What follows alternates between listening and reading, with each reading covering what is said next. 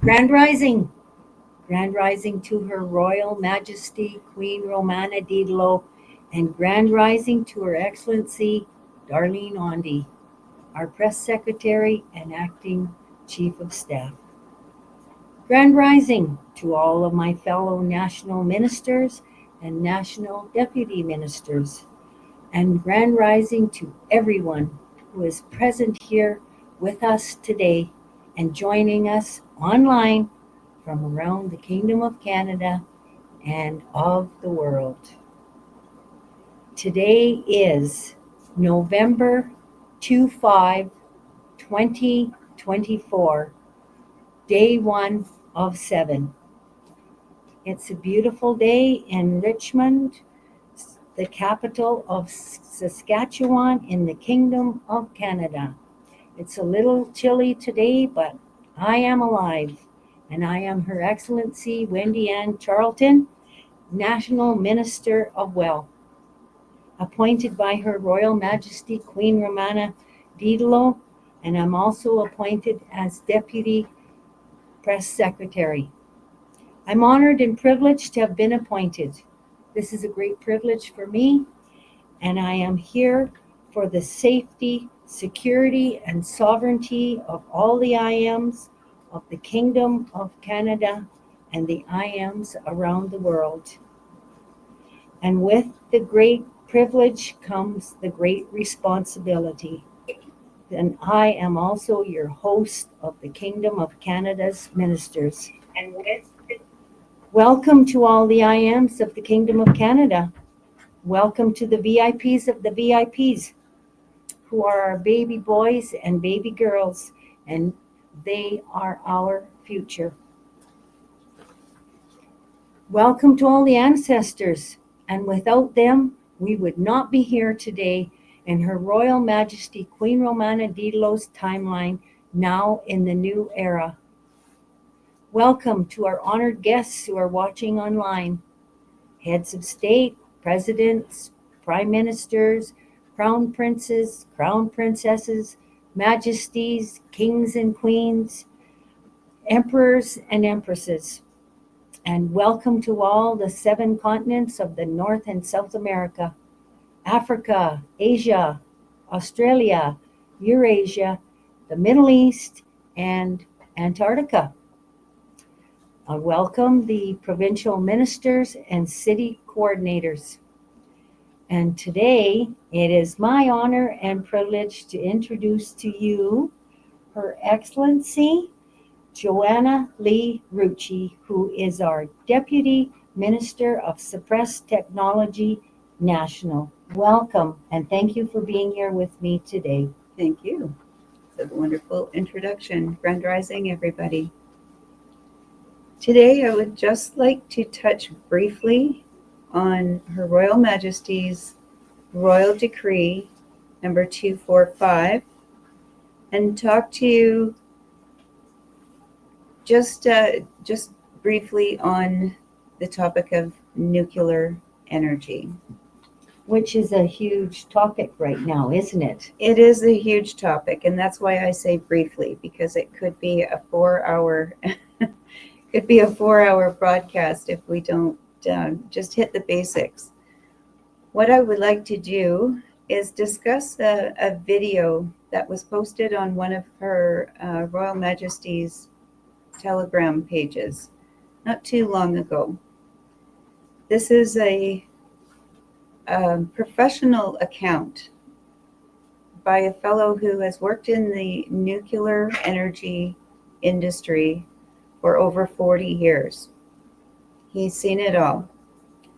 And his mission, he says his mandate is the truth.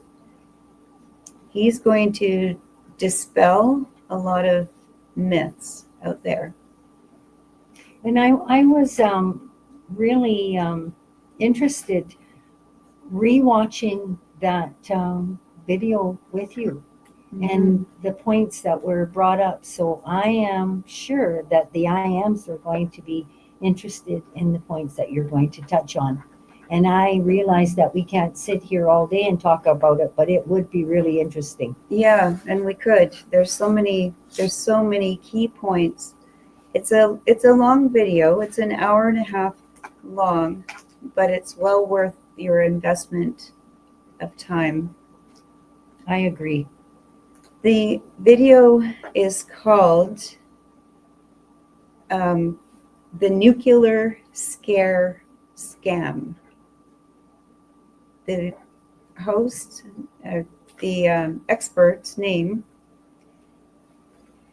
the expert's name is Galen Winsor. So I'm going to say that again in case you're trying to find it on YouTube. The Nuclear Scare Scam. And the fellow's name, the expert's name, is Galen Winsor. And you'll be able to find that on YouTube. I'm going to reference this a few times just in how it relates to the Kingdom of Canada. As you know, Her Royal Majesty, Royal Decree number 245, states that we will have nuclear energy in the Kingdom of Canada. Will be free to every resident in the Kingdom of Canada. And that means free to every I am in the Kingdom of Canada. The King and the Canadian nationals. The Canadian nationals, that's correct. There's a misfortune there, an unfortunate narrative that's caused people to be very afraid of nuclear energy. And today I would like to dispel some of the myths surrounding nuclear energy. There is a sort of a learned belief that nuclear energy is dangerous somehow. Nuclear energy is one of the safest and cleanest energies out there. In fact, this fellow, when asked by the host, in your estimation, how dangerous is a nuclear reactor, his answer was just that. He said, I'm going to look at my notes so I can quote properly. A nuclear reactor plant is just a way to boil water. That's the cleanest, neatest, most economical way to boil water that you've ever seen. I think everybody's familiar with the concept of getting energy from boiling water. We all know about steam trains and things like that. So there's a vision in our minds of what that looks like. And when you think about it in those terms, it's a lot less daunting. It's actually a very simple process, really. There's a lot of mystery behind it, but it's not that complicated. He went on to say, in my estimation, nuclear reactors ought to be insured under the same insurance policy as any other steam boiler plant. Power generating plant to have special consideration under the Price-Anderson Act, that the insurance industry, see, this is part of the corruption out there. The insurance industry is not necessarily there for your protection, for your benefit. It's not part of the new era, is it? No, it's not part of the new era at all. And he stated that the insurance industry has already paid off. He's an American, so he uses American political terminology like Congress. He says that the insurance industry has already paid off the Congress so that they can have a rip-off charging big time, charging every higher and higher insurance premiums. Every time anything happens to a reactor somewhere in the world, it affects all of them. And so all of their rates go up. And that's sort of what he's getting at here, is that there is no risk to be worried about. So we don't need to raise the premiums like that. Anyway, I won't quote his entire video. We've been here for a long time. But I'm just looking at some of the key points that he was saying. When this host asked the other question, can a nuclear power plant explode? And the answer was only like another steam plant, like in Lachlan, Nevada, had a steam explosion in its coal-fired plant. So it wasn't a nuclear plant, it was coal-fired plant. As far as an atomic explosion, he said, good heavens, no way. So what it is when you're using, in Canada, we have reactors called can-do reactors. There are many different kinds of reactors. Different countries use different kinds of reactors, and some countries have a mix of reactors. In Canada, ours are specifically can-do reactors. And that's the Kingdom of Canada, right? The Kingdom of Canada, yes, exactly. I call them Canada because of can-do. That's where the name came from. Can Yes. as in Canada, do as in deuterium. Yes. And that's the source of fuel, is deuterium and uranium. And we have an abundance of uranium in the Kingdom of Canada, don't we? We do. And the benefit to Canadian nationals, when we're talking about nuclear power plants being nationalized, these are owned by the Kingdom of Canada. So this isn't private companies creating these new power plants so that they can take your hard-earned cash. This power is going to be free, as I mentioned, to every Canadian national, every household in the Kingdom of Canada. So there's no hidden agenda here. And I believe that the Kingdom of Canada will be the leader for this kind of energy. That's right. And we have taken a leading role recently with Her Royal Majesty's decree. You may have noticed that some of the other countries tend to follow Queen Romana's suit. Yes. We have had some experience with our reactors. We have some reactors that are actually the largest in the world. We have Pickering. In Pickering, Ontario, their Unit 1 reactor is the largest and the oldest station in the world. We have Bruce, which is the world's largest, second after Tokyo. And these stations are being upgraded, and some of them brought back to life.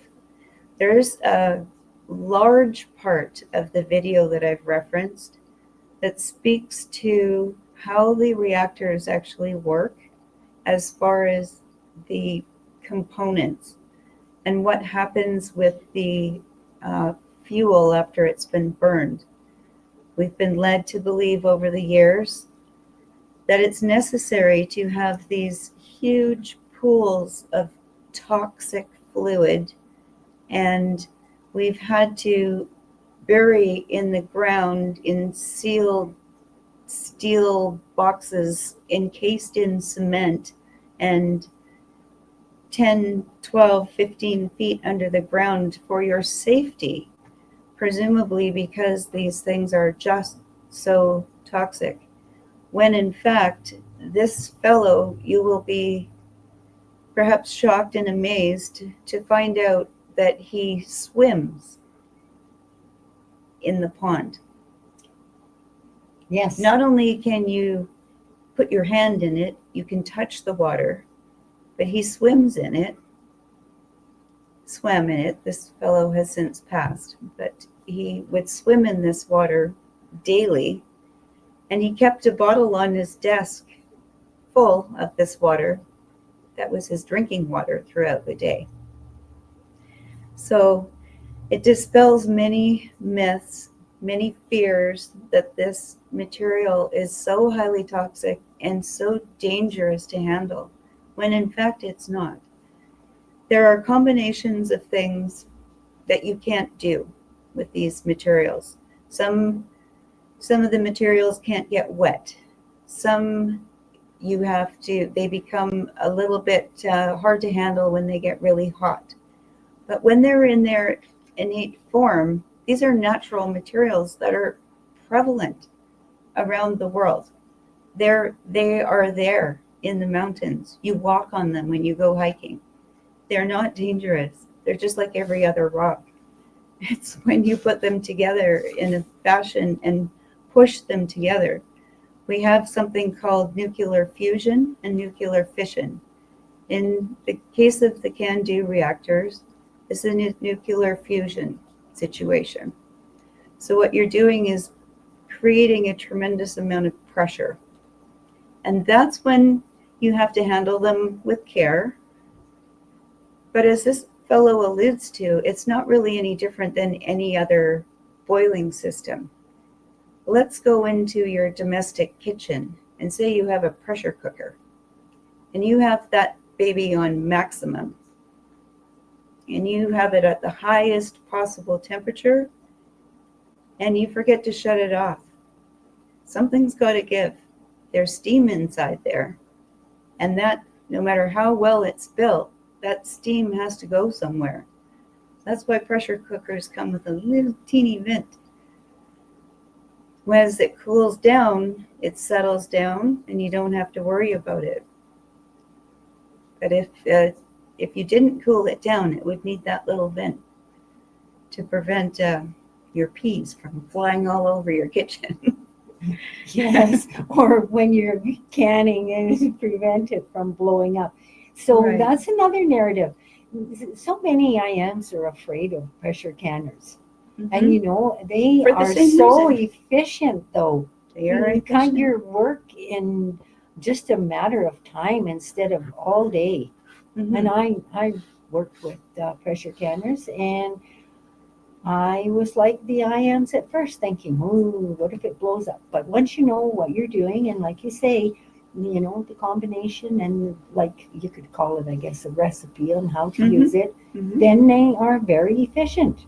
So that's a great analogy for each and every one of us to think about the Mhm. pressure, the steam, Mm-hmm. the explosion. And that's where you get your power. Yes.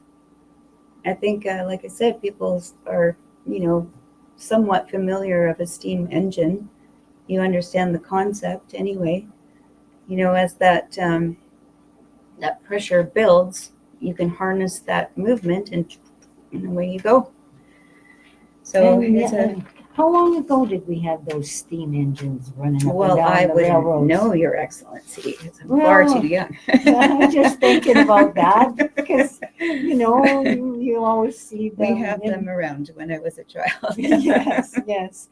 And I think I remember that my brothers had a toy one that they could Oh, play yeah. with, and it made the steam and move the little wheels. Yes. So what a great concept. My brother had one too, and I wasn't allowed to play with that. Oh, I played with my brothers. Yeah, so I don't know if you have any questions. I will refer to this video. I don't usually spend so much time. I'm not promoting this video other than it's going to be really helpful And for informative. IMs. Very informative. It'll be very helpful to you if you have any misgivings or fears over nuclear. And he has a really good sense of humor. So it's light. It's not a heavy, detailed or technical video. It's quite audience friendly. It is. Mm-hmm. So is there anything that, Her Excellency Wendy and had the pleasure of watching this video with me last evening. So, and we made a few notes of things that were of particular interest to us. So things that we could share. Is there anything there that? I liked all of the ones that you wrote down so that we could share with the IMs what we found very interesting. Yeah. So this fellow is not afraid to call out his government. They were complicit in hiding truth and misleading citizens. And he's not afraid to call a spade and call out his government for not coming forth. And he names some presidents by name. I won't in this situation. Because he was going through the years and naming. Yeah.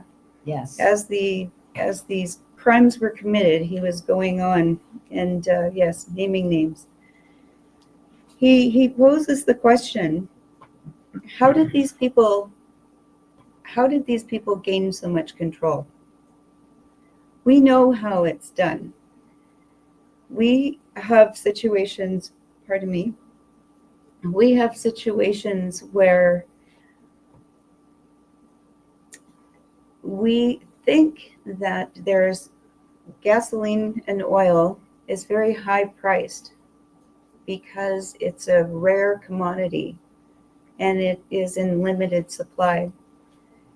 That all came about the year, I don't remember off the top of my head, 1892, there was a Geneva Convention, and the old man Rockefeller, J.D. Rockefeller, was a very wise and conniving man, and he paid scientists to call oil fossil fuel, just to create the idea of scarcity.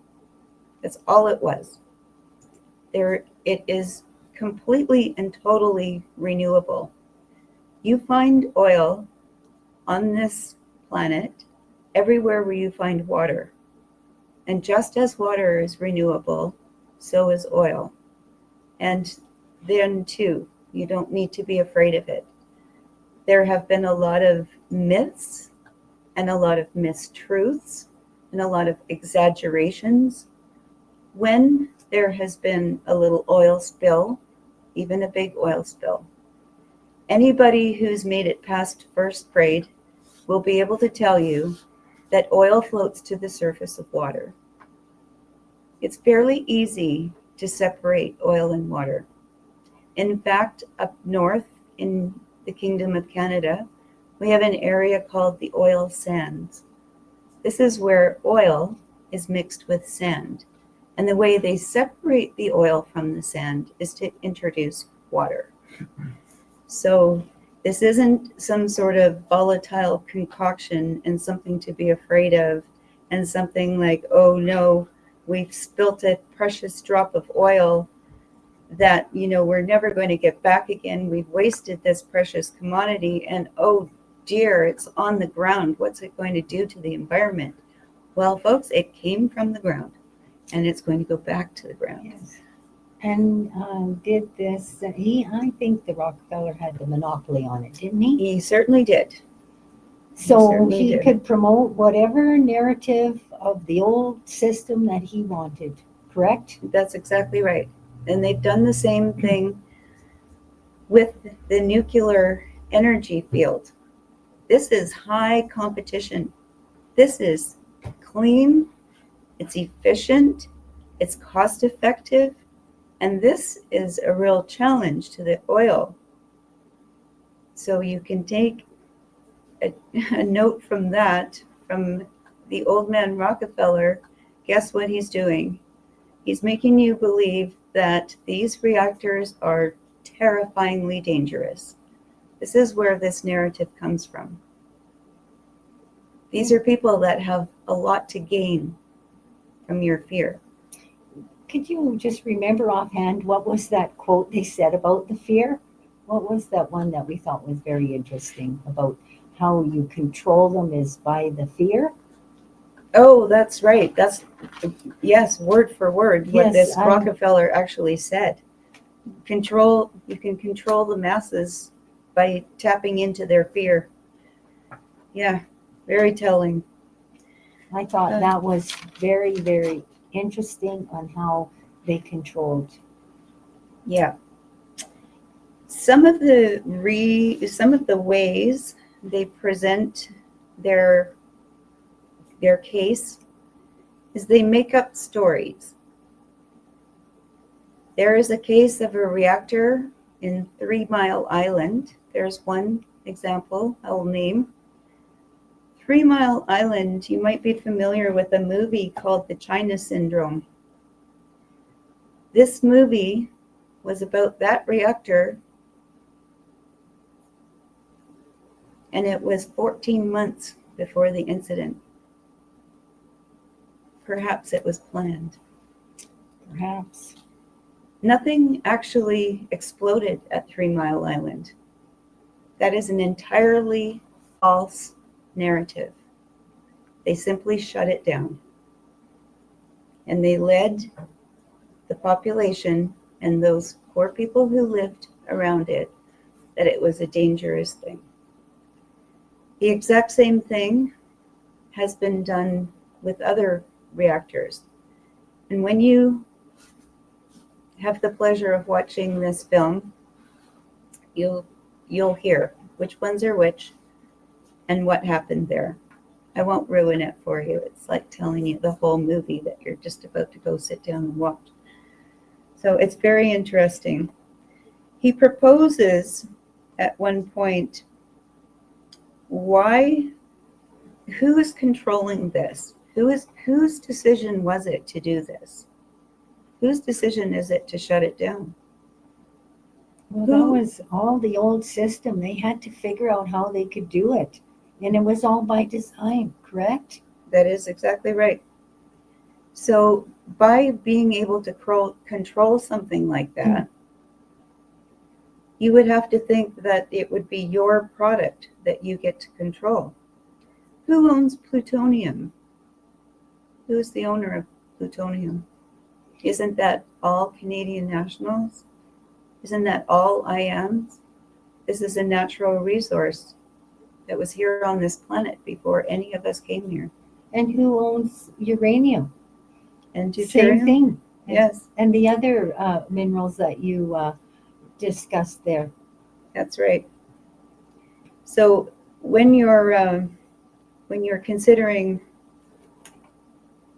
the stories in this movie, also maybe think about watching that China Syndrome. That's CHYNA, by the way. And make sure that you go to www.thekingdomofcanada.ca. All of these royal decrees are all there, where the natural resources are returned to the Canadian nationals. So as you watch, you can follow along and know how the old system, well, let's just say they duped us. They duped us. Yep, that's true. And he admits it. Like you were saying, the quote, one of the quotes talking about the organization and the people who control some of these minerals. Nobody controls the minerals. I have a hard time saying that. But they think they do. And his word for word, this is what he said: the scaring of the people is better than a lock and key. Now that's the one I was thinking about. Yeah. Can you repeat that again? Yes, because it's pertinent to so many situations, and not just this organization, where the fellow said, the scaring of the people is better than a lock and key.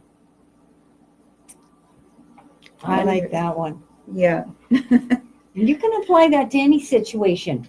That's to true. Keep control, correct? Mm-hmm. So there are a few key areas in this film that I hope you have an hour and a half to watch the entire thing. But at the time stamp of 27 minutes and 47 seconds, there is a real blast of truth. It's like I don't want to use that B word, but it's a truth blast. And it's very interesting. There's also a moment, it's 42 minutes and 52 seconds, where there's another one of those. 46 minutes and 25 seconds, and 48 minutes and 14 seconds. There are a few areas that you might want to even watch that 2 or 3 times. So watch the whole thing and then go back and take a look at those timestamps. You'll probably want to share this with your family and your friends. It's very interesting. And this was posted by Her Royal Majesty Queen Romana Diderot. It was this movie, yes, to iterate that. It was posted. I'm sorry I don't recall the exact date that it was posted, but it wasn't all that long ago. One of the benefits one of the many benefits in nuclear energy is that these resources that it takes to build the reactors and to fuel the reactors and to cool the reactors, these minerals and these products that are mined in the Kingdom of Canada are owned by you, Canadian nationals. They're your minerals that are going to be mined. You will benefit from the mining of these minerals. Free energy. Free energy. For all Canadian nationals in the Kingdom of Canada. Yeah. So, for instance, uranium. The Kingdom of Canada has the second largest supply. Well, they're the second largest producer, let's say that, of natural uranium.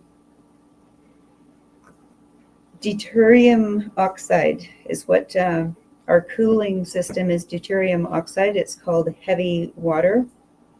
It's the coolant and the moderator, the thing that stops the fuel from getting too hot. We have another mineral called zirconium, and that's the field sheathing. That's the protection. We have cadmium and stainless steel. The control, that's for the control rods and the shutoff and that sort of thing. Canada at one point had a thriving steel industry in Ontario, and it will be revived with all of the new demand. And the new royal decrees bringing all of this back for we, the people of the Kingdom of Canada, and we will benefit from all of this. And there's some words there that your names, the only one that kind of resonates is plutonium, and I don't know why, but I kind of like that word. Everybody has their favorite mineral. Anyway, and I just wanted to mention where some of these things are coming from too. For instance, this natural uranium, there's a huge cache of that up in northern Saskatchewan, in the Athabascan region, or the basin, they call it. The zirconium is in Ontario. There's a great deal of it there. And the cadmium is from the Yukon. And this is interesting because it's now been found, a fairly large supply of it has been found in Montana. So you know what that means. If it's in the Yukon and it's in Montana, there's a good chance that it's in Saskatchewan. So yes. So I think when I'm saying where these minerals are, that's where we know they are now. But there's a lot of exploration. Mining is going to be growing more and more and more as the demand for these minerals increases. And this is all going to benefit we the people of the Kingdom of Canada. It's going to benefit our economy. There, countries around the world are following Queen Romana's suit. You might have noticed there's nuclear reactors, nuclear power plants popping up everywhere. They're talking about it at BRICS. There are countries all over the world. Not all countries have exactly the same minerals, or they don't have the same abundance of all the same minerals. So that creates an opportunity for trade and commerce and the well-being of the economy of Canada. Yes, and all of these royal decrees are all natural law. That's right. And there's also one 09, the barter system. So, if the countries can trade, right? That's right. So maybe we've got a lot of plutonium, but we need something else. Yep, that's right. There are things in the other countries that we would really Benefit from. benefit from. For all the Canadian nationals. Yeah. And it really is exciting where we're going with these. And you know, suppressed technologies, they have been around forever. It's just that maybe some IMs think it's new, but it's not new. That's right. And so it falls under suppressed technology simply because it has been suppressed. It's suppressed from you by people who have been greedy and don't want you to benefit from it. The old system. The old system, the forgotten system. The old system is gone. That's right. We're in the new era. I believe Her Excellency Darlene Ondy calls it the now defunct government and the, all of that sort of thing. Yes, and we are under Her Royal Majesty Queen Romana Diderot's timeline. Yep. We're in the new era. We're moving in the new era. Yeah, that's right. So I think that probably... Is that going to kind of wrap it up until the next time you come back with some more interesting information for myself and the IAMs of the Kingdom of Canada and of the world? Yes, absolutely. And I'm looking forward to comments from people who've actually watched this video. And I'll tell you the name of it again. It's called The Nuclear Scare Scam. The expert's name is Galen Winsor. That's Winsor. Galen Winsor. 40 years in that industry. Yes. 40 years of experience. He was a highly sought after individual that was pulled from one area to another because he was in such high demand. So I really am looking forward to what you think after you watch that video. It'll be really interesting to hear the narrative change and to let go of the fear and just embrace the benefits. There's so many benefits to the IMs in the Kingdom of Canada. Yeah. In our new era, that is right now. It's right now. Right now. Yes, and I should mention that this nuclear energy can be used for a lot of things besides powering your home. And it does not include nukes, weapons. That's not part of the deal at all. There is no reason to be afraid of nuclear weapons. Her Royal Majesty has stated before, that's not happening. I think those are the words, not happening. So with that, I would like to say goodbye. Thank you so much for spending time with us here today. I look forward to seeing you again. And with that, I will say thank you to all the IAMs in the Kingdom of Canada and around the world for taking this time to join us today for this Kingdom of Canada's minister's presentation, which was so informative. And with that, we say peace, prosperity, and love to all until we see you again. Thank you very much for taking the time.